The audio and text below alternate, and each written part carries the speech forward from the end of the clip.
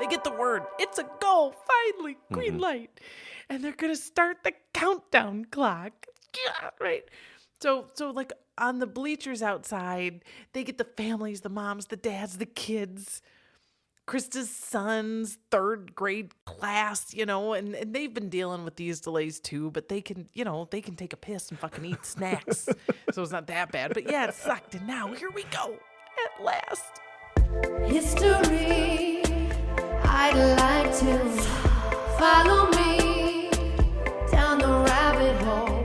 History, I'd like to, frankly, I want to know. Hello and welcome to HILF, History I'd Like to Fuck with Dawn Brody. I'm Dawn Brody, podcasting from The Den. That's the Deluxe Edition Network. To find more great podcasts in The Den, click the link in our show notes or go to deluxeeditionnetwork.com. Today, we HILF an American tragedy. In January 1986, shortly after launch, the Space Shuttle Challenger exploded, killing all 7 crew members, including Christa McAuliffe, a school teacher. She had won a national search issued by President Ronald Reagan, and over the previous 6 months had become something of an American celebrity, especially among school children, many of whom watched the tragic launch from their classrooms. I was one of them, 7 years old at the time, sitting next to my little boyfriend Adam, who was also 7, and who today rejoins me as my guest for this very hilfy trip down memory lane. Let's get started. Oh, shit. Shit, yeah. Oh God, I feel like I'm tripping over my words and I'm fluttering my hands. And just full disclosure, like I have to tell our listeners that in addition to being my oldest friend, you were my first kiss. You were my first love, and I'll probably always have this just like childlike love for you, Adam. And it's just Oh, jeez. I have actually a couple tears kind of kicking into my rights of my eyes here. Oh God, Adam, we can't start crying. I love that. Well, good. I love My it love for too. you, Dawn, will never go anywhere, so it's always there. Oh God! And you know what? I should tell too. That first kiss, it was like outside on the ice skating rink, a little peck, like second grade. I mean, you guys, we never dated. Yeah, I mean, this history is going to be the closest we've ever had to fucking. It's going to ruin all the other fucks for me, I think. Better know your history, bitches. Get in line, bitches. Right? And also, like, we remained friends through middle school. We would spend like most of our after school hours in the art department with Mrs. Bruja, who I still love today. Yeah. And she was just such an important part of all of our lives, right? And like, we were all of us who like hung out with Miss Bruja after school. We were like cool, right? Creative kids who were like naturally good at art. But like you, Adam, you were like good. Okay. And we all knew that like you were really good. Yeah. And like if there was any possibility for any of us to like actually, quote, be real artists someday, like that was you. Like you were absolutely going to be you. And now look, I mean, today you are making your living, man, as an artist. Yeah. You pay your mortgage, you feed your kids with your art. So tell me more. Tell me more about what your life is like these days. I do. I work from home. Yeah, I work from home. I'm a designer. I do graphic design, vehicle graphics, vehicle wraps, signage, anything you can think of in that aspect. It's something due to COVID that happened. I kind of made a life adjustment. I was like, you know what? I'm sick of making other people so much money. I'm going to go do it for myself. And on top of that, I do a lot of watercolor painting, pencil drawing, ink drawings, all forms of art. Actually, currently working on a 16-foot by 20-foot mural in the village of Port Edward. Oh, yeah, I saw it. I saw a snapshot of it, like a huge mural of like local workers. Yeah, it's a tribute to EMS services through the Port Edwards area. So they have a fire department, they have first responders, and they have police. And they just wanted something to start a new park in the area. And the first thing that they did was the mural. And they were kind enough to request me to do the art, which really helped. Just getting your name out there, opening more doors for that aspect. I mean, as you've known me my whole life, I've been drawing since I was 5 or 6. So everything I do artistically, no matter what I do, it's artistically. Obviously, you're telling me about myself, but you in general, like everybody knew you were going to be in theater or in acting, or you were just so boisterous and just amazingly talented in that aspect. You could really bring a crowd together. So I've always loved it. Oh, well, thanks. You know, I mean, like, I obviously love being on stage, but and I can't shut the fuck up. But you know, I still have a sketchbook. You know, and I still find that when I'm stymied by something and like the words, right, aren't coming to me, or like the words aren't the words that I want necessarily to say or to hear, that right? Visual art has always been like a happy sanctuary for me. And I think that is in part because when I was doing visual art, I was really happy, you know, with you guys, like with Miss Bruja. It was a happy place in times that were not always. Yeah. Well, I'm in the same boat. Yeah, I'm definitely in the same boat on that aspect. Anytime I have any major stress in my life, I go right to the pad. I go right to paper. I go right to painting. It really alleviates, it completely melts the whole world away and everything goes away. You know, not to get into childhood and talk about bad things, but there was a lot of bad things going through my younger to teenage years, and I had to deal with that in a way, and locking myself in my room and drawing people's faces and portraits and things like that. That was really what kind of got me through that. Same here, right? You like just find ways to find joy here and now, and then look forward to the future and hopefully have these memories, right? Yeah, I mean, there's so many memories. I mean, I remember one time we were sitting, we were at Red Sands Beach, Nepco. Wazicha, is it? Red Sands Beach? Yeah, down at the lake. The lake, and we were at a birthday party. I came with you and your mom, and I remember, I think you were 16, 17 at the time, and you had said, she goes, I cannot wait to see you at our 10 or 20 year class reunion, because I know exactly what you're going to look like. What? And I'm like, oh yeah, what was that? And she's like, you're going to be wearing torn up bibs, paint all over the place, like beard. Hey! And I was very close. I was very close to that. Look at you. I just don't have the ripped up bibs. Everything else I have is ripped up and painted. Oh, come on. There's still time. So just seeing your face and talking to you brings up so many different memories. Oh, it's time, man. Absolutely nuts. Joe, yeah, it is. It's absolutely nuts. Oh, well, I'm just so grateful that you are sitting down with me, and this is such a thrill, and my heart is all aflutter. Oh, mine too. Okay, so now you've told me that you are a fan of the podcast, and you listen all the time, swoon, and so you know that what I normally do now is I ask the guest, why did you choose the history that we're going to be fucking today? But this is our first audience suggestion. Oh, nice. So I had taken a poll on Instagram. I asked my listeners, what is your biggest HILF? And it was overwhelmingly this, the Challenger disaster. So I started with the subject, and then I went looking for the best guest, which is obviously you, dear Adam. So 1986. We are 7, Mead Elementary. You know, what do you remember about that day? Yeah, I remember sitting in the room. I remember the lead up to it most notably. Like all this talk about this individual that's going to go up into space through the NASA programs, and she's a teacher and she has kids, and you know, we're going to watch this and everything leading up to that, and that classic old tube television on a big old black cart getting pulled in. Yeah. You know, you're sitting down and you're watching it, and it's just so exciting. You got the countdown and everything's going on, and you're anticipating. You know, this thing's going up in the air, and you know, at my age, I don't think I've ever seen that. Yeah. You know, I never really. You're living in Cow Tip, Wisconsin, you really don't get to see space shuttles flying in the sky. Yeah. So you know, to know that you're going to be watching it on TV, and you get excited about that, and then watching the shuttle take off. I remember the big orange tank that's on there. I remember seeing the 2 white ones fly off, and then all of a sudden, you know, kabam, and the lights were off in the room, so it was already a dark moment. Like that really stands out to me. And once that happened, I mean, kind of like 9/11, you just can't turn it off. You just keep watching. Yeah. Yeah, you know, and I don't remember the explosion itself, to be honest, but I don't think that we would have known if what we were seeing was right or not, you know, like how it was supposed to go anyway, right? Like, I mean, even the people who were watching it there in Cape Canaveral were like, huh, is that supposed to be like that. Like, it's not, and I'm sure that the teachers just kind of probably got it, like grasped the silence and the lack of high fives from mission control. And were probably, right, like, just recess.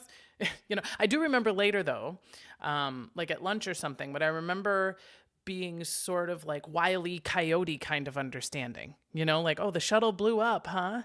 I hope they're okay. Maybe they're like still falling. Yeah, no perspective. To me, it was a piece of machinery that blew up. It was an equipment that blew up. You don't really think there's actual humans that are on this. Yeah, human factor, right? And the adults, I think, could barely comprehend it. So how could we have, right? And this was, 37 years ago. You and I didn't know shit about what was going on at the time, but there's been a lot of information since. Nice. So what I am going to do now is tell you about my sources for this history. Okay. This book is called The Burning Blue by Kevin Cook. It was published in 2021. So it has not only the vastness of information that was available as the disaster took place, but it also has the perspective of being able to look back over these 37 years plus since. Is there new information that has coming out, like, declassified information? So to speak? Yeah, well, it's not so much declassified, but yeah, like following how they corrected some of the mistakes that were made to the Challenger, how they kept fucking stuff up, which has led to improvements and advancements, right? It's also great, kind of like, where are they now? Kind of stuff. And another really great source of the history is a 4-part documentary currently on Netflix. It came out in 2020. It's called Challenger: The Final Flight, and it's just so fucking good. Ooh. I mean, it's got just a plethora of candid behind the scenes video of the Challenger crew and Christa and the rest of them, and they're just being silly, training, talking with each other. Which is, like, it's the kind of video footage that we now sort of expect, right? We take for granted now, but just like it wasn't available then, I mean, we had some late night interviews with them, with magazine covers, for context, but certainly after the disaster, the whole crew, they were all just like sort of sad blue jumpsuits, waving in slow motion. So, then the final source is NASA itself, because damn, these nerds keep notes, And so if in the course of my research, I found myself curious about something, like something I couldn't find in the book or, trace through, a general Google search or whatever, you can pretty much find everything on nasa.gov. I'm talking about like the investigators' sketches of what the inside of the orbiter looked like when they retrieved it from the ocean. Like, where are the bodies, the body pieces? I mean, right? It's gory, right? Yeah. But like, it's also data. And they fucking love that shit, right? So with all of that data, here's my plan for the HILFing of the Challenger disaster. Good. All right. So first, you and me, baby, we're going back to the future. We're going to get all snuggled into 1985 because 1985 is a character in this story, man. And it is, of course, also the year that the movie Back to the Future came out. But it's also like, in 1985, you and I were the age of the children of the astronauts aboard the Challenger. And as you and I are recording this today, we are 10 years older than the astronauts themselves when they died. Oh, that's mind-blowing. Right? Wow. I was going to ask a question close to that. Yeah. I mean, so it's that's trippy. good. I'm glad you answered it already. It's nuts, right? Yeah. I mean, to be here with you, right? 37 years into the future, after our high school graduation, and now we're going back to when we were kids. I mean, it's just kind of fucking nuts, right? It is, definitely. Great Scott. So once we get our arms around 1985, then we're going to meet the crew of the Challenger. And when I started this, like a lot of other people, I think, I knew Christa McAuliffe's name, but I could not have named anyone else on the crew. They were all just these sort of like sad, slow motion walking blue jumpsuits, But man, I'm telling you, this whole crew, every single one of them are HILFs, all their own. Definitely. And I think that like one of the tragedies to add to the list of tragedies, that is the Challenger disaster, is that because losing Christa McAuliffe was so devastating, it overshadowed the individual loss of those other 6 people. So, yeah, we're going to meet them. And I do remember that too, is a lot of people really talked about her and not really about the other crew members.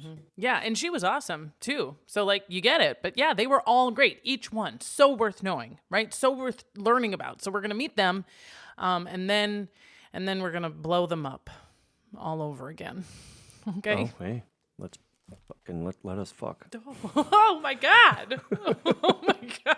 Sorry, just like, I am definitely, That's all right. I'm 7 years old with you, Adam. If it hasn't become abundantly clear, and I still just get like, oh, you said the F word. For the people that can't see her face just turned a beautiful shade of red. Yes. I mean, come on, how can I help it? I'm dying. Oh. Okay, listen. Are you with me in 1985, Adam? Yes, absolutely. Okay, good. My pants are cuffed. Yes. Okay. Ronald Reagan is president. He's beginning his 2nd term. I'm sure you and I were both very deeply politically minded, right? Microsoft Windows releases 1.0. Michael Jordan is NBA's Rookie of the Year. Oh, yeah. And this is also the year of Live Aid. Yeah, when all the celebrities do the We Are the World thing and they raise $127 million for Africa. Didn't really connect hands around the world in that same time, too. Yes, exactly. Hands around America, man. Yes, you are there. Right, and as for me at the time, I turned 7 that year.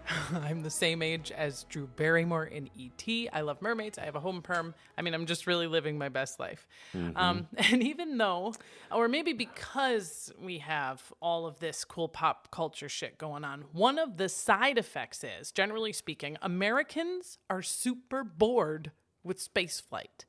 You know, the real stuff that NASA was doing was like, what? Like you said, one of the reasons in 1986 that we were all sitting around this TV screen is because, you know, you just don't see things like that every day. But like what's nuts is that they were actually launching NASA all the time. Yeah, like every month. Like there was a shuttle launch, like every, satellites, people, and we just stopped caring.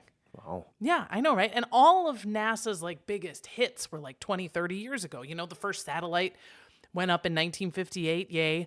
The first orbiting flight in 1962, great, right? John Glenn, we remember him. We remember Alan Shepard, Yay. right? The first guy to go into outer space. And then, the first person to the moon in 1969 with Apollo 11 and Neil and Buzz. And there was... there was another one that we watched, and the other one that we remember was the close call in 1970. That one got everyone's attention, right? Apollo 13. Yeah, another Which movie had great on that. casting. Oh, yeah. Yes, exactly. Spoiler alert. They all survived. Houston, we have a problem. It was like scary, and everyone's on edge, and it just kind of like briefly rekindled like a general public interest. But Really? yeah. But the fact was that like science fiction was just doing it better than the actual science. You know, I mean, these launches, they were hard to watch. They were hard to watch on TV because they were delayed, sometimes for days. So it was just really hard to get like a television moment, that countdown moment, But science fiction, it's given us time travel, flying cars, aliens. So yeah, they're like sending more stuff to a space station. Yay. Okay. And NASA kind of knows, right? NASA kind of is like, oh God, like we're not doing good. Like if we can't make America hard for space, we will ultimately lose our funding. And we were, like, as Americans, to be fair, like, we were starting to look around like, God, that's a lot of money, And it isn't for, like, building bridges or protecting us from the Russians. We don't see it. We don't get it, So NASA's like, oh, God, we got to hook them. We got to hook them again. How? And their first big idea was to bring politicians. The first stopgap between them and their funding. Yeah? Right? Bring one of these assholes into space. Probably a childhood dream. And fuck. I think it'd be a lot of voting for blowing up. Oh, right? And isn't it a damn shame that one blew up? Right? The teacher and not the senators? Right. Come on. But you hit it on the head, actually, right? Because senators hardly capture the hearts of the American public. And they ultimately, at least ideally, right, they answer to us. And so we're the ones that they have to woo, right? And then all of a sudden, right, like magic, two huge national needs seem to like snuggle up together, right? And I'm sure whoever saw it first was like, oh my God, I'm a fucking genius. But here was the deal. Ronald Reagan is running for his second term, and he's not like really that nervous that he'll lose, but like you never know, right? And he's not doing well with teachers. Okay, the teachers union is all mad at him. Oh. And so, bam, big idea, Mr. President, NASA needs public interest. Reagan needs teachers to give a fuck about him. Boom. So President Ronald Reagan, big declaration on the covers of magazines, newspapers, right? Listen up. Ronald Reagan has demanded, so strong, that NASA find a school teacher to send to outer space. Wow, big national search, right? The first school teacher will go to outer space, right? And of course, as you know, this national search leads us to Christa McAuliffe, who is amazing. And I'll tell you who she was, Adam. Good. Please do. She was Miss Bruja.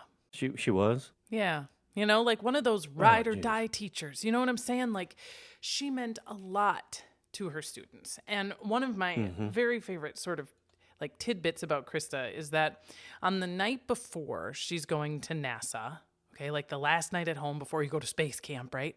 One of her students comes to her house in the middle of the night crying and scared and talking suicide. Ooh. And like if ever you wanted to like, you know, put yourself first. I mean, like, I love you, but I'm going to NASA tomorrow and it's like a huge deal, right? She takes this girl in. Man, she stays up with her all night and she went to fucking space camp tired. Right? And after Christa died, okay, about a week later in the mail, many of her high school students got handwritten letters of recommendation that she had clearly been writing for them, right, during those last critical days of training. And it's just like she was always working for them, you know, like she just knew her letter could make a huge difference to some kid's application. I mean, that's just like, that's who she was, you know, and I love her and she is so worthy of the historical attention that she has received. But, and we will come back to her, but first we're going to meet the rest of the crew. All right. Now, how many were there altogether? Was it 7? 7. Yes. Christa and 6 others. Yeah.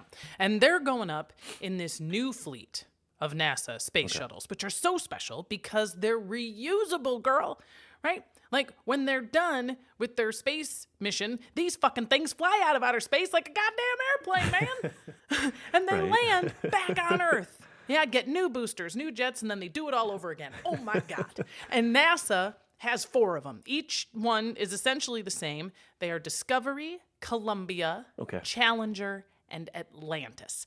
Now, prior to these space shuttles, whatever you shot into space stayed there, right? Or burned up and disintegrated on reentry. And the astronauts themselves, to get back to Earth, would have jettisoned at some point, right? Out into a little capsule where they just hope for the fucking best, right? Yeah. Now, these things, these new shuttles are totally the future, and they've been doing great. And they seat a crew of 7. And on this one, you've got mostly pros, you know, like the real astronauts, the one who didn't win a national talent fucking contest to be here, right? They've been working and studying their whole lives for this seat, right? Right. And some of them have been to space before, some haven't. On this Challenger flight, there's the commander, Dick Scobie. Okay. He's the boss. Next to him is the pilot, Mike Smith.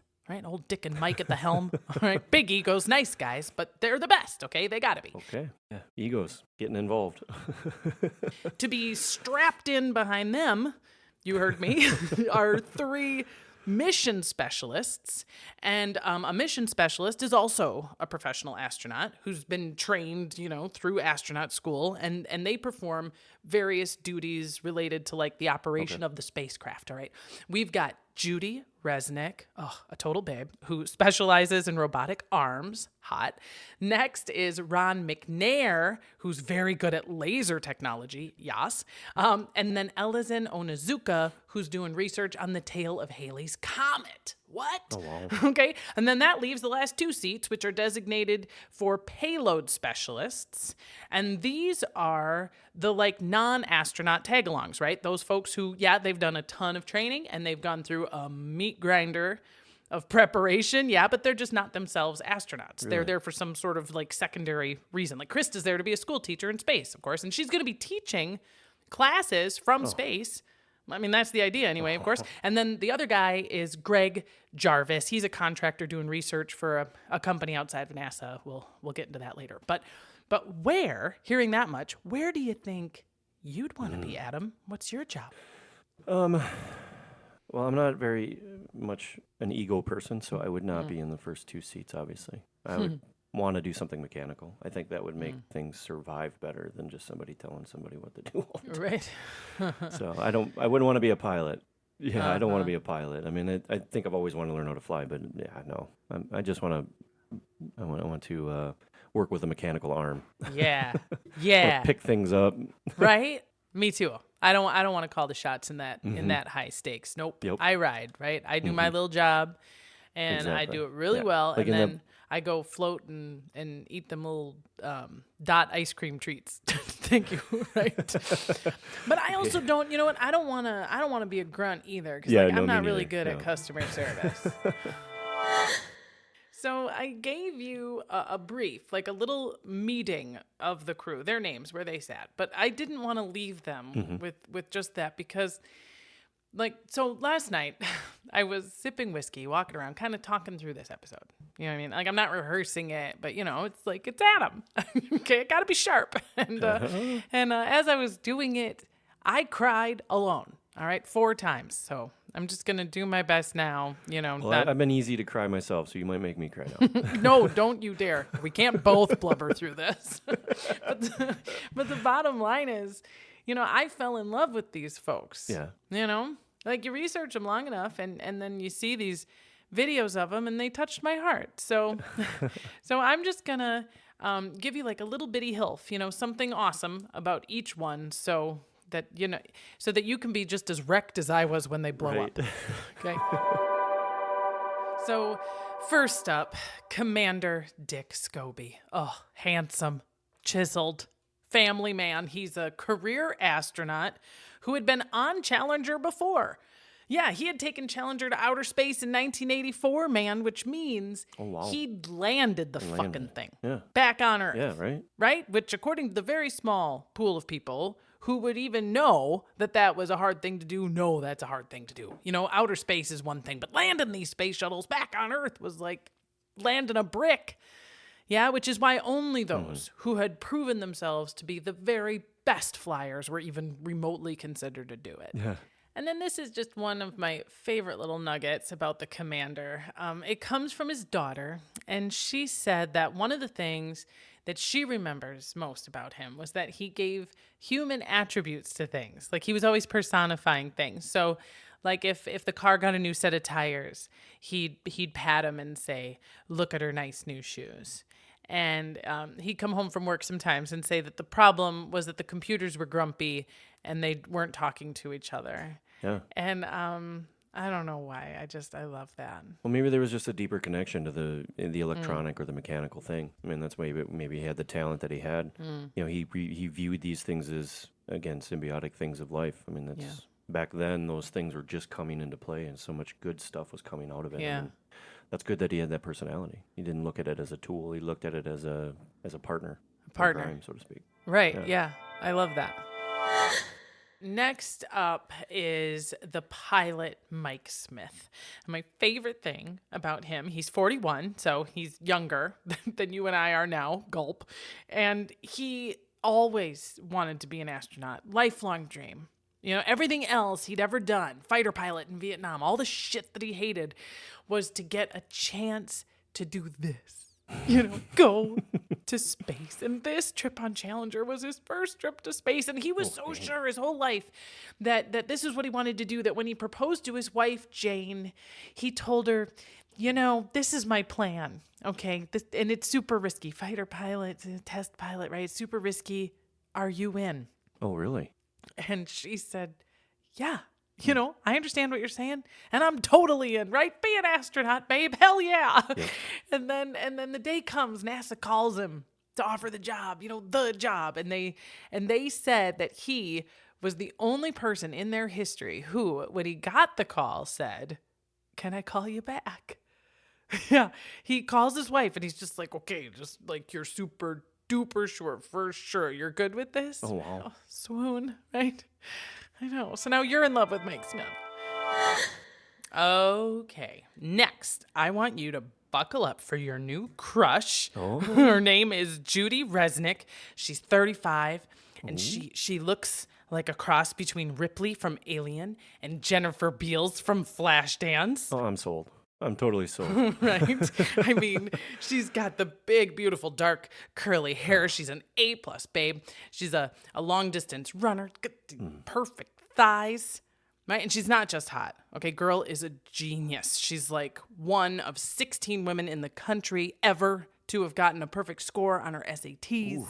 She was marked as gifted in kindergarten. She was the top of every class she was in. She was a concert pianist and was like really close to just going ahead on that track and just being a prodigy, like, you know, worldwide famous musician. But then she went ahead and got her PhD in electrical engineering.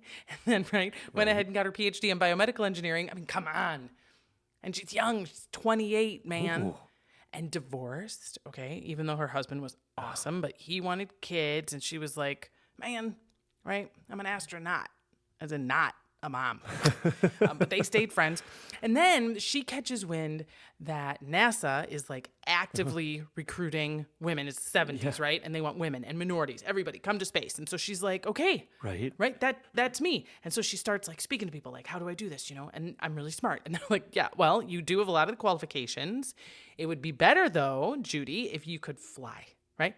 If you had your pilot's license, so she goes so out. she goes ahead, exactly, and gets a pilot's license, right? Nothing stopping her. And then she gets into NASA class of 1970.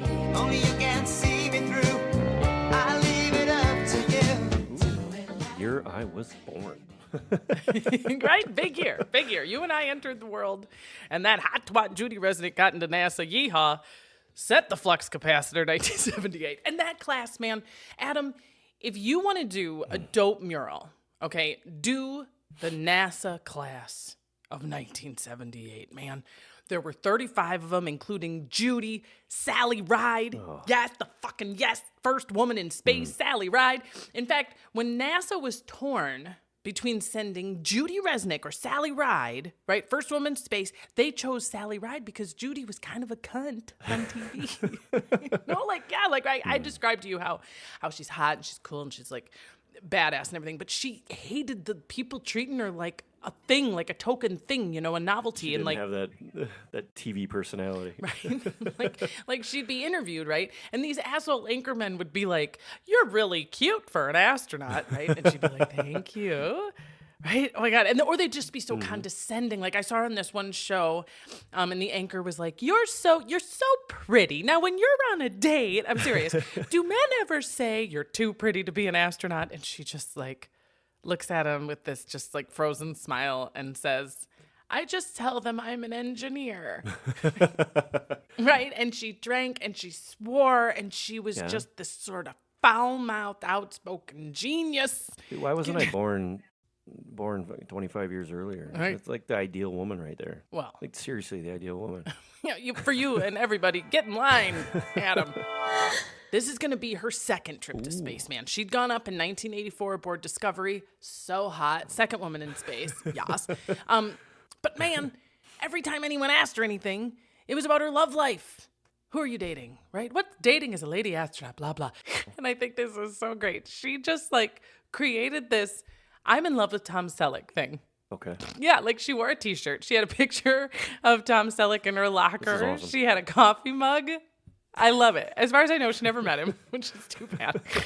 But this means like Judy starts off with just kind of like a little chip on her shoulder about Christa too, right? Because the astronauts as a whole, they were definitely like resentful, right? Of those coveted, rare seats on the space shuttles, right? Going to anyone but them and their like highly deserving colleagues, right? These people who have worked their whole lives and they've sacrificed and they're just the most brilliant at their fields and they are competing among one another. And then just like, you know, schlumpy, glad-handing, cunty politician comes in and it's like, oh, this is neat. Going to outer space is really neat, you know. Yeah, no comedy there. And so it started that way with Christa for Judy. And we know this from Judy's letters and her private writings. Like, she's like, oh, great, you know, a teacher, eye roll. But then, like, Judy hated the media, right? And it was why Sally Ride was picked first. And the whole Tom Selleck was like, fuck you to the journalists, right? But she saw Christa approach it with like a kind of grace. Like Christa was a token thing too to them, you know. She's being dropped in front of the cameras constantly. Teacher in space, microphones, magazines. But Judy saw Christa do this grind anyway and learning astronaut shit, which is so fucking hard. And like she wasn't on camera like an attention whore, but she like made everybody look good around her and was so nice. And like that's not easy. And Judy knew that. So so she starts helping her. Yeah. Starts helping Christa with her homework and basically just like helping her finish her tasks and training and giving her tips and really brings her under her wing. They go out drinking together. I mean, So it's really sweet. The engineer becomes the teacher to teach the teacher how to get through this whole program, which is really cool. Wow. Absolutely. Yeah, that's a really good point, Adam. Oh, God, the teacher. Yeah. Yeah, she was a good teacher to the teacher. Oh, God, you're breaking my heart.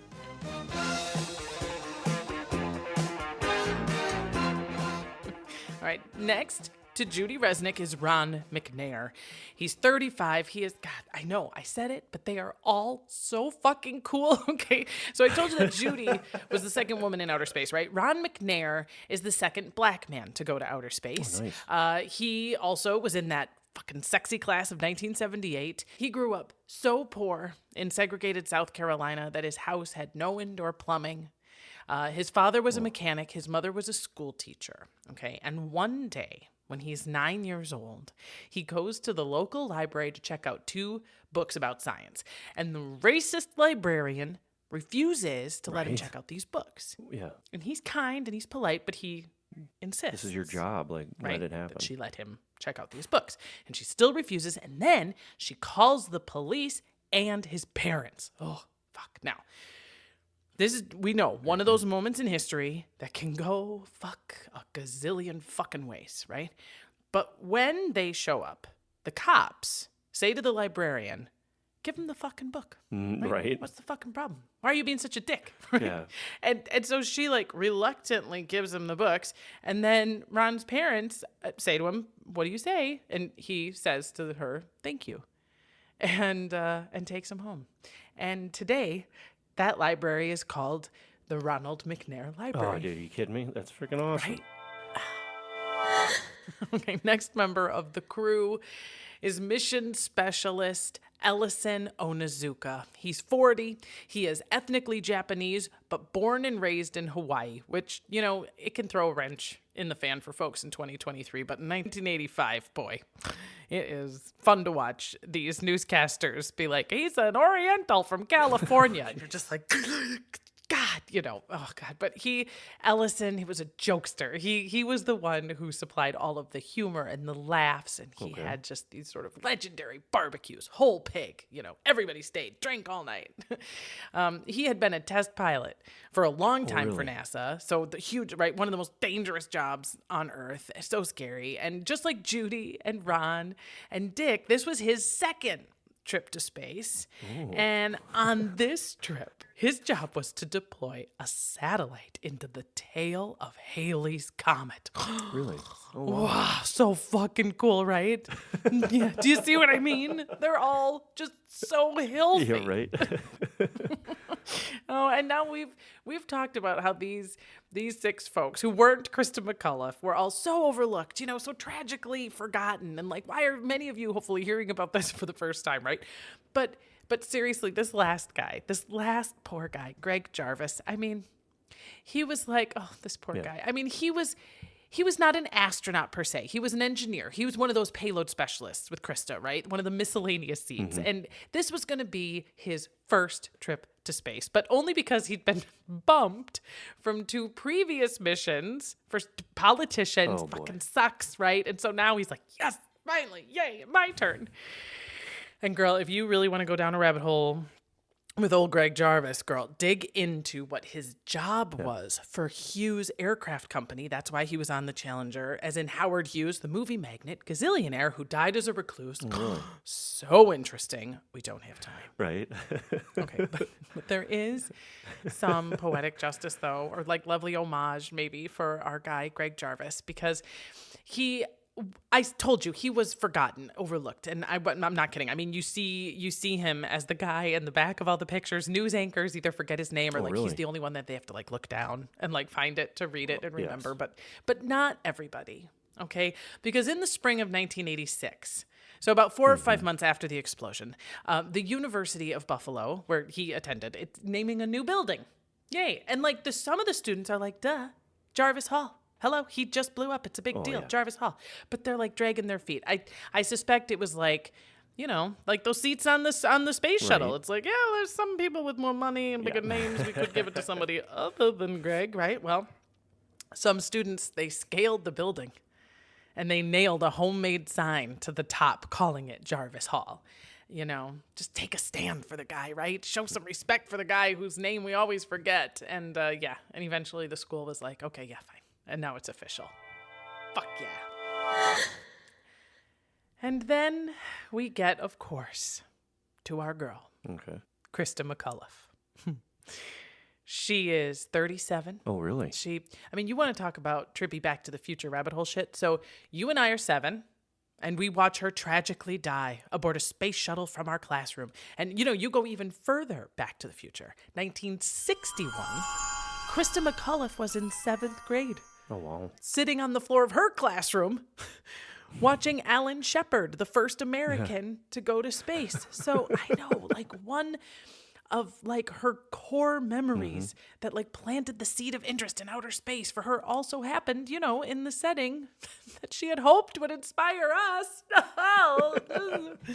Okay, the difference, of course, is that for her in 1961, she was told, to aim much lower than the stars. She was a very curious person. She was very adventurous. She wanted to, feel for the edges of like what was possible for her. And she was told by her guidance counselor, all right, well, the edges for you, okay, for girls like you is basically one of 4 things. You can be a secretary, a nurse, a stewardess, or a teacher.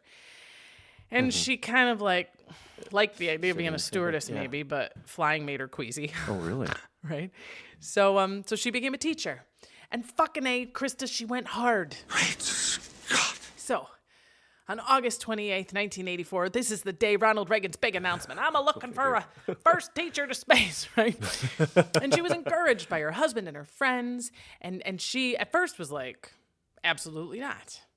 Like, of course, I want to. But, like, come on, man. Like, they're looking for quote-unquote school teachers, okie dokie, but I bet you got to be really good at astronaut stuff still, right? But then, it's hard when your job is to encourage people, when you're telling people all day, follow your dreams, anything's possible. So now it's her turn to just try her hardest, yeah? And it's a cool, tough road. She handwrites her original application. And then she finds out it has to be typed. So she goes to a friend and her friend types it out for her, right? Then she's selected, okay, woo, as one of 2 teachers from New Hampshire. Oh my God. Yeah. Every state sends 2 teachers and they're like, oh my God. It could be the one. So, right. She gets to space camp and then some folks are eliminated after physical screening, health stuff, right? They barf too easily. I don't know, whatever. And she is selected for the top 10. Oh my God. 10. Okay. So now they're screening for ability, yes, but also, you know what? They're looking for the sizzle. Oh, wow. Right? The smile. The hook that's going to get them. And then in July of 1985, 6 months before the scheduled launch of the Challenger, there's a big ceremony with then Vice President George H.W. Bush, and yay! Christa won! Woo! She cries. She looks at the other 9 finalists and says, it's so sweet, that there may be 1 body maybe going into outer space, she says, but 10 souls will be coming with me. So nice. Yeah. So she got the job. And now the next 6 months, girl, buckle up. It's getting ready for this, trip to fucking outer space, mentally, physically, technically. And she's also preparing the lessons that she's going to be teaching from outer space, because the plan is that she's going to be doing several 15-minute classes that'll be sent in and like broadcast to schools, like what happens to gravity with liquids and when. It's so cool. It's so neat, right? And all of this in the midst of being a sudden celebrity, right? Yeah. That stuff that like won Judy's heart. She's on Johnny Carson. She's on magazine covers. One of my favorite stories from like celebrity Christa. She goes to a playoff game. She was a huge Patriots fan, which we'll overlook. Right. And she goes to a playoff game on December 22nd, 1985, right before Christmas. And she's standing with her family after the game. Yay, right? And the all-pro tackle Brian Holloway spots her in the crowd and goes, "Oh my God, you're that teacher who's going to outer space." And he's so excited, and he like runs into the management office and he rips off a piece of their letterhead and he runs out to get her autograph. Oh. Yes, right? And she writes, "Dear Ben, reach for the stars. I'll be there." So sweet. Yeah. Exactly. I know. And he, of course, he still has it. Right? But like, I just love how giddy she seemed about the whole thing. I mean, you can't watch 10 seconds of her without smiling. I swear to God. There's a clip of her watching a launch, because I told you that they happened all the time, right? And this one was a few months before she was set to go. It was just a satellite, no people. And she's watching it, and she's got both hands over her heart, and she's just bouncing up and down watching, and she's saying, "It's so beautiful." I mean, and her husband, Steve, he's worth a mention. He's a very accomplished lawyer, and he's so supportive of her.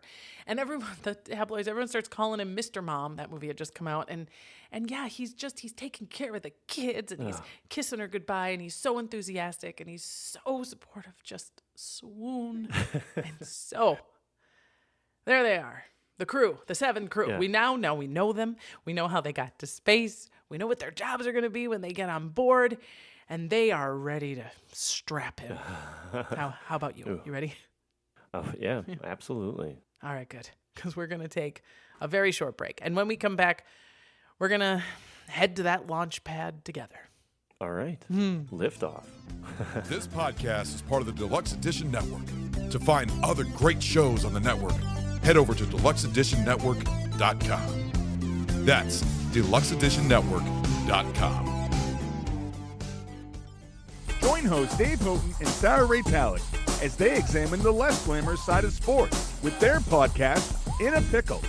Follow IAP Radio on social media by going to IAPradio.com. In a Pickle is now part of the Den Network. For more information, go to IAPradio.com. Now, my guest, Adam, may be my oldest friend, but let's take a moment, please, to celebrate my newest friends, my latest patrons, Robin S., Will P., Kirk F., and Human B. Boy, these towering individuals are pure sex. All right, demonstrating a perfect balance of seduction and generosity, and they're really keeping the history coming regularly. If you'd like to join them, have access to bonus episodes, and hear your hot ass name called out, go to patreon.com/HILF podcast. And of course, be sure to Follow me, follow me, follow me, follow. Follow me, follow me, follow me, follow.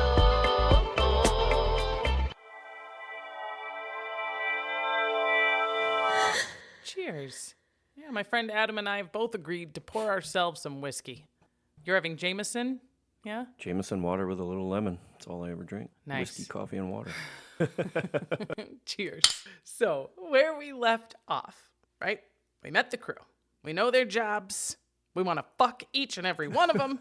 And now it's the day, the scheduled date of the launch. Now, it's been 6 months coming for Christa, right? 6 months of training. It's been a lifetime coming. For Greg and Mike, this is their first ever launch, right? The most experienced among them have done this one other time. Crazy. Right. And here's plan A. Plan A. We're going to lift off on Sunday, January 26th. This happens to be Super Bowl Sunday, Patriots versus Bears. Oh, Everyone's really? very excited. And then they scrub that. Yeah, they cancel it because it's going to rain. Yeah, the rain in the forecast, and they just need everything to be perfect, right? It does end up raining, but long after the scheduled launch window, it would have been fine. Fuck. All right. Also, the Patriots fucking lose. You know, so now Christa McAuliffe gets to live another day just to watch the Patriots fucking lose. Thanks, everybody. I know. So, plan B. Okay. We're going to go Monday, January 27th. It's clear, but it's cold. Cold as fuck. All right? But so clear. I mean, the sky looks good. So, okay, today's the day. Let's fucking roll. And the roll, man, I had no idea about this part. It turns out astronauts, okay, for all their PhDs and all their brilliance and all their prodigies and all their perfect SAT scores, all right, they are one of the most superstitious groups of motherfuckers on the planet. Great Scott! I love this because superstitions among these folks, it just reminds me so much of like the old school sailor mentality. You know, like maybe you're otherwise agnostic or religious, and there's a variety of faiths, you know, represented on board. There are Catholics, Ron's Baha'i, which is like an ancient Middle Eastern religion. Ellison Onizuka's a Buddhist. I mean, there's agnostics, no religious affiliation at all, but you know, they're all superstitious. So check out like the weird what the fuck traditions, okay, that astronauts at NASA all do before a launch. So every one of these astronauts and any astronaut in NASA's history utilized these suspicions because they were a part of that group. Yeah. Yes, exactly. Every crew for now, whatever, 30-something years, right, does the following on day of a launch, okay? Step 1, you wake up. Check. Okay. Then you eat a breakfast of steak and eggs. Steak and eggs for breakfast. Yeah, which delicious, I guess. But apparently nobody wants to poop in space. Whatever. You know what I mean? It's a guys club. That's their cowboy shit. Great. Okay. After breakfast, they roll out a big sheet cake. And, name of the mission, the logo and frosting. Very cool. They cut the cake in pseudo wedding. Okay. But the astronauts, they don't eat any of it. No. Because the idea is we'll hold yours. Right? You'll have yours when you get back. Okay. It's kind of like that 10-year anniversary cake in the freezer, right? Yes, right. Exactly. I thought the same thing. Then the pilot, okay, has to sit down and they play a game of Possum's Fargo, which it's a game, it's a card game. I looked it up. It's crazy. Apparently there's 5 cards, no draw, no bet, and the worst hand wins. I don't understand it, but they can't get in the van, right? That takes them to the launch pad until the pilot has won a game of Possum's Fargo. That could take days, huh?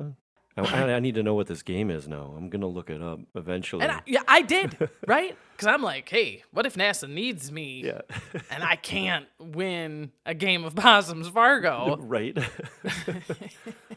But once, all right, the pilots have won a hand, however you do it.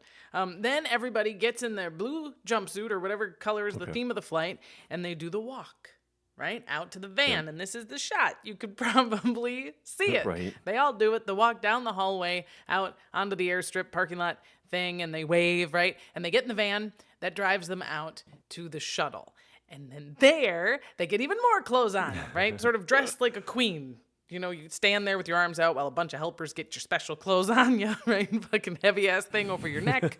Hold on to Raj while I get your boot on. And it's like, oh, fuck, this is happening. We're astronauts getting our astronaut clothes on, yeah? Right. And then they crawl through the hatch into their seats, and they strap in, and they're testing their microphones, right? Okay, everybody can hear everybody, check. And I'm sure, right, their hearts are right up to here, right?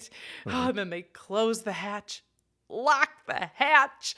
And mission control is gonna, and then hold, there's like this little meter thing. Hold on, everybody. It says the hatch isn't closed, right? Or it isn't locked. I don't know. It looks like it is. Feels like it is. But I don't know. This little sensor says it's not. Fuck. All right, hold. Everybody sit tight. Yeah. We got to figure out this hatch and the fuck, it's like your car lights. I mean, it's either the gauge is faulty, just the light is saying that it's not working, or it's actually not working, and we can't fucking risk it. But it could be nothing, so sit tight. Hey, everybody in there, just sit tight. We're going to super quick remove this bolt so that we can confirm or deny this is actually a problem. But then the bolt is stripped. And they can't get it off. Fuck. So then it's like, sit tight in there, okay? Because we've called a crew. And they're coming down here with the tools to get the bolt. And here they come, slow as you like, down what looks like the longest road in the world. But here they are. the crew with the tools, the right tools. And one criteria of it being the right tool is that it is exclusively battery operated, yeah? Yeah. No power cords, no power outlets out here at the launch pad. Smart. But whoop, all their batteries are dead. So they have to go down right, and it doesn't matter because the launch window is closed. Fuck. Also, man, it is missing no one at NASA. That they look really dumb now, right? The most sophisticated, advanced pinnacle of man, and the battery and the bolt. Oh, God, this is goddamn embarrassing, right? Also, after literally sitting on their asses, strapped in and ready to go for 5.5 hours. Yeah. They open the door and everybody gets out, fucking back in the van, dinner, go to bed. Oh my fucking God, right? And then fucking kicking the ribs, they learn that the gauge was glitchy. The hatch was totally locked. Oh, just the The gauge. whole time. Yeah, just the gauge. Fuck. So now do they have to go through their superstitions all over again the next time? Yes, Oh, jeez. right? What are you going to do? Risk it? No way. Also now the plan is a fucking capital P plan. We're going to do this on the 28th. We scrubbed it for the rain that never came. We scrubbed it because we didn't have a fucking battery pack and a bolt to get the gauge that wasn't even broken in the first place. And people are impatient, important people, and they're embarrassed. And they've got egos and bosses who are coming down on them, right? So when it comes down to Tuesday, it's fucking Tuesday. Unfortunately, Tuesday Right. is the coldest day in the history of Florida. Yeah, up to that point. Girl, it's 22 degrees. So why is cold such an issue? I mean, don't they have to, like, when the space shuttle's taking off, aren't they like shooting like dry ice or some type of coldness onto the tiles of the space shuttle to keep it cool so it doesn't go into flames? Like, so you'd think the coldest day of the year Yeah, would work. right? I kind of thought the same thing. Like, what should cold matter, right? Especially Earth cold, right? It's colder in space. Well, it? yeah, I mean, it's way cold out there, isn't it? Yeah.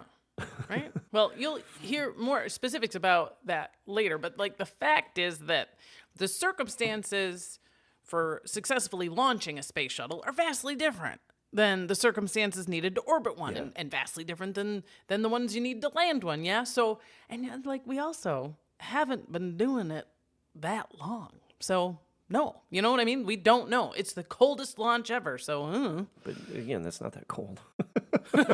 Well, it certainly is in Florida, okay? And the prevailing guess from everyone is that they're going to, scrub this one too. It's so much so that journalists who were there for the launch left and like started to cover the other huge story, which was that the oranges were dying. I mean, this cold had farmers like in a panic and up all night and trying to figure out how to save their orange groves, right? So some of the camera crews were like, I'm going to go, we're going to go shoot that because this is obviously not happening. And also, I mean, the shuttle Challenger on the launch pad on Tuesday morning, she looks like something out of a horror film. She's covered in icicles, right? Because they had like left the water on. Okay, we're from Wisconsin. We understand the concept. Water, antifreeze running all night, which left those long, sharp, like stalactite-looking motherfuckers, right, hanging from the grids and the rigging, and it's so creepy. And then get this, they're knocking these icicles off with brooms, sister. NASA brooms. Oh, but you have to believe that the ones doing it are like, oh yeah, this thing's not launching today, right? Swing smack, no way. Well, right. and the astronauts wake up on Tuesday morning, and yeah, to your point, they do it all over again. Eat their steak and eggs. Bring out the cake, which we cut, but we don't eat. Right? Mike wins a hand of Possum's Fargo, and we get in the van. And on this particular morning, it's so cold that Ellison, the guy from Hawaii, walks out waving in his blue jumpsuit, but has a huge winter coat waiting for him in the van, right? And gets in and is like, Right. This isn't Hawaii. right? So it's 9:30 a.m. We're all going to take off, all right? We're going to outer space. I mean, for real this time. And because he's the jokester, right, as they're all getting dressed, they're about to go through that fucking hatch, right? Ellison gives the crew out there, a big bolt. Like, here. Just in case. just in Yeah, case. right. Exactly. You guys might need I would have this. given him a battery. Yes, good one. Yeah, they love that. Oh, and these same guys, they gave Christa an apple. Oh, nice. Like apple for the teacher. Very sweet. And then again, they climb in, they sit down, they get Right. strapped in, right? And we have all of this audio of everything that they were saying to each other. And one of the things that Judy says, it made me laugh, is like, she goes, my ass already hurts. Because they've been, they were sitting here like this for Yeah. 5+ hours yesterday. And of course, it's just, it doesn't take long to feel that ache, the pressure, the same spots. And they're all sort of laughing about Yeah. how great it will be to be out of gravity Right. because their bodies are just right. Like the gravity is what's hurting them, Yeah, right? So the first delay, all right, is like, hold on, there's some icicles out there, but don't worry, we've got brooms. Right, boy. Oh yeah, don't worry about that. We can take care of this. Hire the witches. And so they sit there for like 2 hours, man. And now it's 11:30 a.m. on Tuesday, and then oh my fucking God. Yeah, things move. They get the word. It's a go. Finally, green light. And they're going to start the countdown clock. Yeah, right. So like on the bleachers outside, they get the families, the moms, the dads, the kids, Krista's son's 3rd grade class, and they've been dealing with these delays too, but they can take a piss and fucking eat snacks. So it's not that bad. But yeah, it sucked. And now here we go. So at last. 11:30 their time is about 12:30 our time in Wisconsin. So we were just getting done with lunch and getting back into the classroom. And I remember this part of it because I remember it being a very sunny day that day. But I don't remember it being cold. Yeah. So anyway, sorry. Well, no, I mean, it was January. So, Wisconsin. We had to have snow on the ground. Well, yeah, and we're also beyond cold, right? I mean, we've grown numb to it, right? But Right. not the blue skies, Exactly. not sunny days. I mean, it can be cold, but we care about that, right? So whatever it was in Rapids, we were probably seeing the blue skies and the lack of snow in Florida and been like, balmy, right? Yes. Must be nice. Oh man, they have so many degrees above zero. It is striking to me though. And you pointed out something that struck me when I read this initially, and it is that beautiful clear blue sky is the backdrop to 2 of the biggest disasters that like I had to watch on TV, right? Challenger explosion and 9/11, Yeah. right? Beautiful Tuesday mornings, blue skies, right? Yeah. Oh. And listen, among the many folks watching around the world at this point, I mean, there's the people there in Cape Canaveral, and that includes the 113 other teacher finalists. Oh, really? Many of them probably wishing it was them aboard, of course. And here's a very interesting someone who's sitting in those bleachers, okay? And they're at the live launch, and it is the actor Peter Billingsley. Okay, he's 14, and he played Ralphie in A Christmas Story. Oh, I fucking love Yeah. that movie. And he'd been Seriously, I didn't know that. he'd been really, really close with Christa. Yeah. Yeah, for that whole 6 months prior, because he was going, when she got back, he was going to do a tour with her of like kids and teachers. Like, we can do this, right? Yeah. He had been like NASA's child advocate. And they were more than just hinting that he might go up soon. Like, what? In a future space shuttle? What? Be the first kid in space? Can you imagine? And he's sitting there watching, and he's so excited. And Krista's school. Yeah, I mean, her students and her school in Concord, New Hampshire. It's like a carnival, man. It looks like the end of Ferris Bueller's Day Off, like fucking Bill and Ted's Excellent Adventure. Just like, it's 86, right? Skinny suspenders, great bangs, party great balloons. bangs. They're so excited. Then as for our crew, man, they can feel it. Like, they can feel the rumblings, of the things are getting started. I mean, even if it wasn't in their headphones, the moment is coming. It's so close. Holy fuck. And then, and I almost forgot this one. This one got me. So as they were crawling through the hatch, right, to get strapped in, second time, Judy turns around to Christa and says, "The next time I see you, we'll be in space." Friend. Yeah, right? Oh, and I just always get like caught up in that moment because like Judy, she'd been in space before, like she's got 2 PhDs, she's got her pianist, perfect SATs, right? Really specific astronaut job on this thing. But in that moment, she's just a human being and she's so excited to do this big thing with her friend. Definitely. Oh, so it's 11:38 a.m. And the countdown clock starts, right? Dick and Mike, they're looking up out that big old windshield, and there's steam, and there's rumbling, and they're saying to each other, "Here we go, guys!" 6, Ah! 5, 4, 3, 2, And then 1. lift off. And it looks so slow, the like when the latches that are holding the shuttle break off, and she starts to visibly rise. Wow. Right? And Barbara Morgan, who is the backup teacher for Christa McAuliffe. Like, if Christa shits the bed, it's her seat, right? And she's on the rooftop nearby, and she's just jumping up and down, and she's yelling, "Bye, Christa!" So happy, so enthusiastic. "Bye, Christa, bye!" And about 1 minute and 13 seconds later, the folks who are like on the microphones at Mission Control, they hear Mike Smith say, "Uh-oh." And that's the last radio communication. There's nothing else that comes through. And everyone on the ground sees an explosion. And now for like some of you, like me and like Adam, I can see it, the reel of it now playing in my head.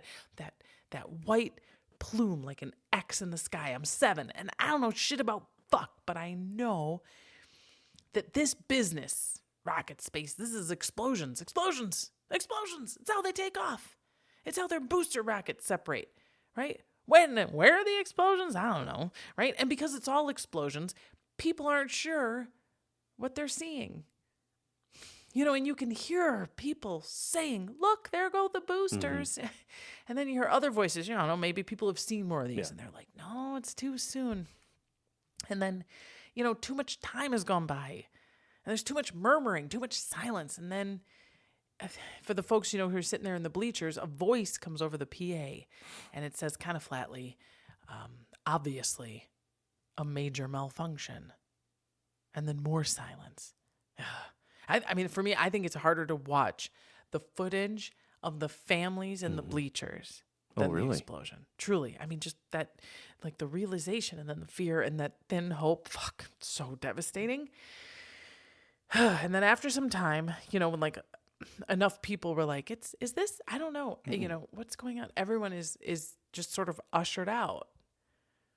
I mean, I'm sure some of them maybe had more comprehension or whatever, but like some bright bulb was like, we should get the families into vehicles. Well, hopefully there was some time there. Like they didn't just automatically be like, "Oh, gotta go." Right? Right. Like, hopefully there was a little time there. Yeah, I agree. And when you say Mike, was it Mike or Dick that said the Mike. Mm-hmm. So what did he know at that moment to say like, "Oh shit"? Yeah. Well, I mean, some of this, we have to guess. But what the assumption is that because he was close to the window, right? He's on the right side, which is where that solid rocket booster malfunctioned, that like he was either seeing the flame that was too high and he knew like, "Oh, that shouldn't be up here," or it was because the solid rocket booster itself had actually like already moved, like the explosion had moved it just enough that he was like seeing a solid piece of material in the line of sight where he knew it didn't belong. No, another quick question, sorry, because you got me intrigued now. Now this is where my gears start going. Okay. Is there a black box of sorts like there are on planes? Is there a recorded radio black box on any space shuttle? Oh, well, that's a very good question. I've never heard of anything like that. No, but that doesn't mean it doesn't, you know what I mean? Like, I still think that a black box is still destructible, like in those conditions. Like I think that the idea is that whatever destroys a plane might not destroy a black box, but on a space shuttle, In 86. Also, Mission Control is like real time observing their data. Like I don't know what a black box would like know anything that they didn't already know. Yeah.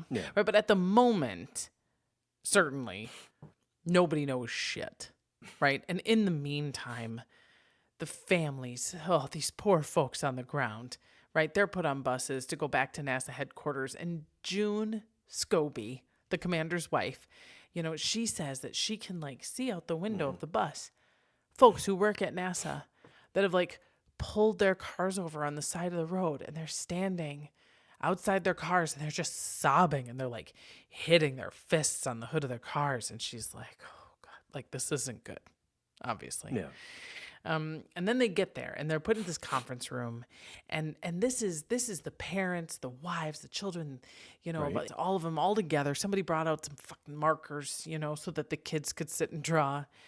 And then like not long after that, a very like straight-laced, no bullshit guy named George Abbey comes in and says, all the crew members are dead. They could not have survived. And he walks out. Dude, the simplest thing to say. Well, yeah, but I mean, the worst thing to say, Oh, right? And who wants to be the one to, and like, I don't know, I hate to think it, but I think that maybe hearing it that way is better than any ambiguity or like fucking poetry. You know what I mean? In that moment, right? When you just like need to know.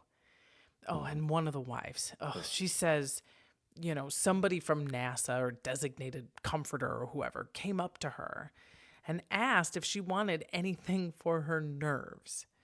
And she said, no, because I'm not nervous. She said, if you have something for heartbreak, I'll take that. But I'm not nervous. yeah. Right. Yeah. And now, Ronald Reagan. Okay, President Ronald Reagan, who was scheduled that night to do a State of the Union address. What he wanted to do, what he kind of thought he was going to do, right, was not only a great State of the Union, but then sort of gesture out the window and wave, right, the Gipper. You're welcome, Christa. See you soon. But here we are. And so what he did on TV instead was reference a poem. And the poem is called High Flight, and it was written by a guy named John Gillespie McGee Jr. It's not long, and it goes like this. Oh, I have slipped the surly bonds of earth and danced the skies on laughter-silvered wings. Sunward I've climbed and joined the tumbling mirth of sun-split clouds and done 100 things you have not dreamed of, wheeled and soared and swung high in the sunlit silence. Hovering there, I've chased the shouting wind along and flung my eager craft through footless halls of air. Up, up, the long, delirious, burning blue. I've topped the wind-swept heights with easy grace, where never lark nor ever eagle flew. And while, with silent lifting mind, I've trod the high, untrespassed sanctity of space, put out my hand and touched the face of God. And the poet, the guy, Gillespie, he himself was a test pilot. really? And he wrote that poem after a high flight, a test flight in the 1940s, and he sent it to his parents. And then he fucking died in a midair collision 3 months later when he was 19. And that poem specifically means a lot to a lot of astronauts. And Dick really? Scobie and Mike Smith both had that poem framed in their houses. Yeah.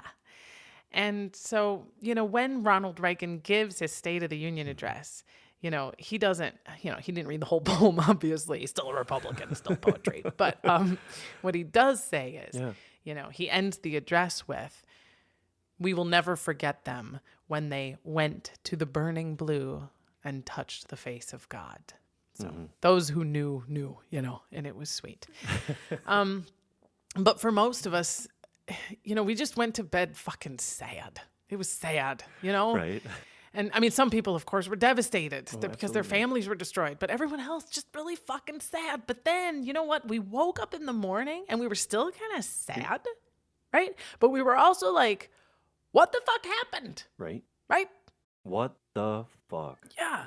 Well, and you and I are going to discuss what the fuck in part 2, right? Because what we were doing here, the story you just heard, right, was from over the top. You know, it was like what was happening to the shuttle and the astronauts and the folks who were watching. But next, we're going to go behind the scenes and get some of the answers, right? Like, what were the head honchos doing and saying during that 5-hour delay when they were working on that goddamn bolt, right? What happened the morning of the launch after the brooms and fucking icicles, right? Who were the people that were saying, yeah, giddy up, let's go to fucking space, right? Ooh. Oh, and we're going to find out about the O-rings. We're going to hear about all them red flags that went up before the launch. And my favorite story coming in part 2 is how Sally fucking Ride saves the fucking day.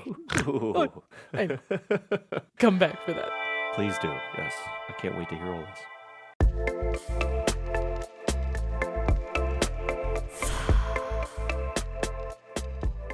Oh, do come back for part 2. I'm not kidding about this Sally Ride story, you guys. She fucking slips a secret note into a guy's hand during the investigation. It's just, trust me, it's nuts. And Adam will be back, of course, and you won't want to miss it. Until then, our theme song was composed and performed by Kat Perkins. A reminder that you can find my sources, links to the books, documentaries, and articles I reference in the summary of this episode, or by emailing us, hilfpodcast@gmail.com, or messaging us on social media @hilfpodcast. If you'd like to become a patron of the pod, go to patreon.com/hilfpodcast and see what we can do for each other. This has been HILF. History I'd Like to Fuck with Dawn Brody. I'm Dawn Brody, reminding you that history is a party. And everybody's coming.